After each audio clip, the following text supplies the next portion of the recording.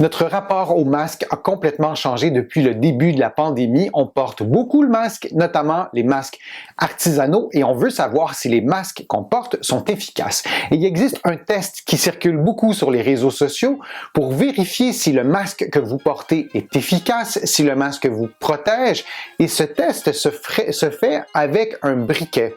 Est-ce que ça fonctionne? Est-ce que ce test-là vaut la peine d'être réalisé? Je vous en parle dans quelques secondes.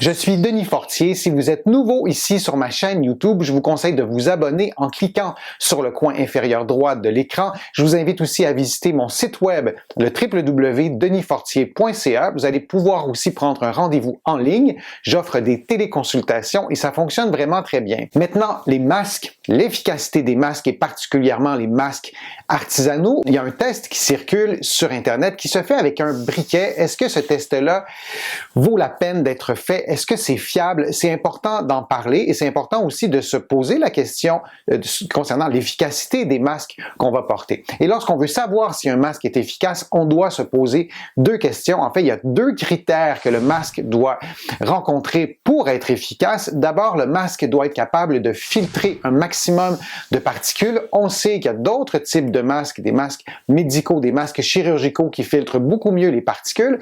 Par contre, on sait aussi que si toute la population portait des masques artisanaux dans les endroits publics, dans les transports en commun, on aurait probablement un effet majeur sur la contamination en réduisant notamment le nombre de décès. Donc, la capacité à filtrer, c'est un élément important, mais aussi la capacité du masque à vous laisser respirer librement. Et cette respirabilité-là varie bien sûr d'une personne à l'autre. Il y a quelque chose de subjectif aussi dans cette respirabilité-là.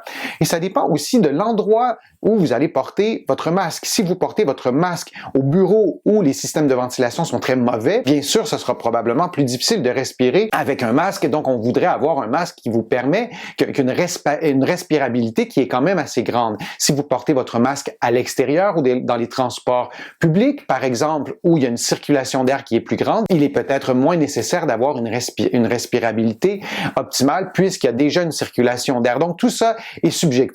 Et le test du briquet, en fait, ce que c'est, vous allez porter votre masque et vous allez allumer la flamme comme ça et vous allez souffler sur la flamme. Là, je suis quand même à une certaine distance et j'arrive à éteindre, bien sûr, la flamme assez rapidement. Alors, si je porte mon masque, et là, je fais une parenthèse, je vais installer mon masque et je vous ferai une nouvelle vidéo aussi sur comment installer un masque, donc je vais le faire quand même assez rapidement. Donc, vous allez moins m'entendre, comme ça, et je prends soin aussi de bien ajuster mon masque, ici un truc de métal, et je vais souffler sur la flamme, comme ça,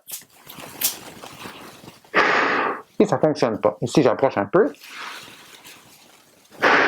ça ne fonctionne pas.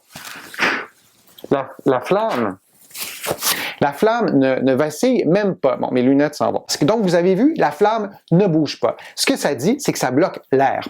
Vous allez entendre sur Internet que si la flamme ne bouge pas du tout, bien, c'est une bonne chose parce que le masque peut filtrer. On peut lire ça, on peut entendre ça sur le web, notamment sur les réseaux sociaux.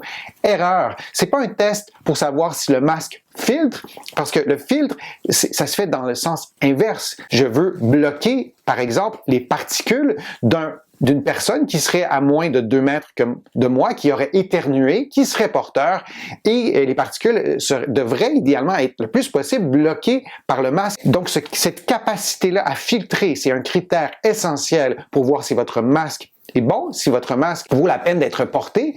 Or, lorsqu'on fait le test avec la flamme, on teste la respirabilité. C'est bien différent. Et il y a l'AFNOR, l'Association française de la normalisation, le dit sur son site, c'est un test pour évaluer la respirabilité. Et on souhaiterait, idéalement, que la flamme vacille un peu lorsque vous soufflez sur la flamme. Dans mon cas, la flamme ne bougeait pas et moi, je porte ce type de masque-là et je n'ai pas de difficulté à respirer. Certaines personnes, probablement, auraient de la difficulté à respirer avec mon masque puisque la flamme ne vacillait pas. Le masque bloque beaucoup la sortie d'air, ce qui peut être une qualité jusqu'à un certain point, mais si votre masque est tellement étanche que vous ne respirez pas bien, qu'est-ce qui va se passer? Vous allez instinctivement essayer de bouger votre masque, de changer les ajustements près du nez, près du menton, et vous risquez de contaminer votre masque. On souhaiterait idéalement que la flamme vacille un peu, mais tout ça est subjectif. Tenez compte aussi de l'endroit où vous portez votre masque intérieur, extérieur. Comme je vous le disais tout à l'heure, la respirabilité, il y a aussi une composante subjective. Si vous êtes asthmatique, si vous avez des difficultés respiratoires, vous allez probablement avoir besoin d'une plus grande respirabilité. Mais souvenez-vous que ce n'est pas un test sur la capacité de votre masque à filtrer les particules qui entrent.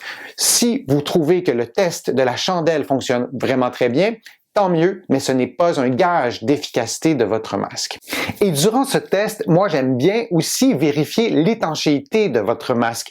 Lorsque vous placez votre masque, il est vraiment fondamental que votre masque touche le plus possible à votre visage. Vous vous assurez de maximiser l'étanchéité du masque qui est en contact avec votre peau. Et lorsque vous soufflez, vous pouvez vérifier s'il y a de l'air, beaucoup d'air qui sort vers vos yeux ou sinon vers le menton. L'étanchéité du masque est un enjeu majeur. Et en faisant le test, ça vous permet de réajuster la façon avec laquelle vous posez votre masque. Ce n'est pas toujours automatique, ce n'est pas toujours intuitif. Donc le test vous permet aussi d'essayer de trouver les fuites entre votre peau et votre masque pour pouvoir mieux placer votre masque le plus rapidement possible. Moins vous touchez à votre masque en le mettant, plus vous diminuez le risque de contamination et après l'avoir mis, on essaie de ne plus y toucher, bien sûr, parce que vos mains pourraient être contaminées. J'espère que ma vidéo vous a plu, que les informations étaient claires. Si c'est le cas, je vous invite à la partager sur les réseaux sociaux. Ça me donne plus de visibilité, ça m'aide à produire de nouveaux contenus.